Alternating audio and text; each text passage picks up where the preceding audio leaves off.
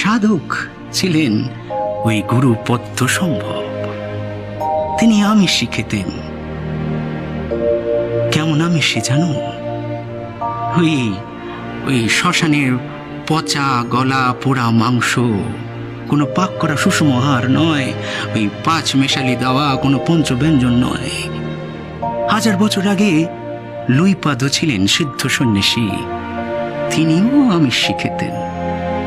আবার ওইদিকে রঘুনাথ গোসাই সিদ্ধ পুরুষ, তিনি নিরামিষ খেতেন, তবে লোভনীয় নিরামিষী পদ নয়। কেমন নিরামিষী পদ জানো? ওই মন্দিরে ফেলে দেওয়া পচা গলা প্রসাদ, যেগুলো কিনে কুকুর বিড়ালেও মুখ দেয়নি। হ্যাঁ, লীলেচরণ, সাধকের জীবনে আমিষী নিরামিষী আবার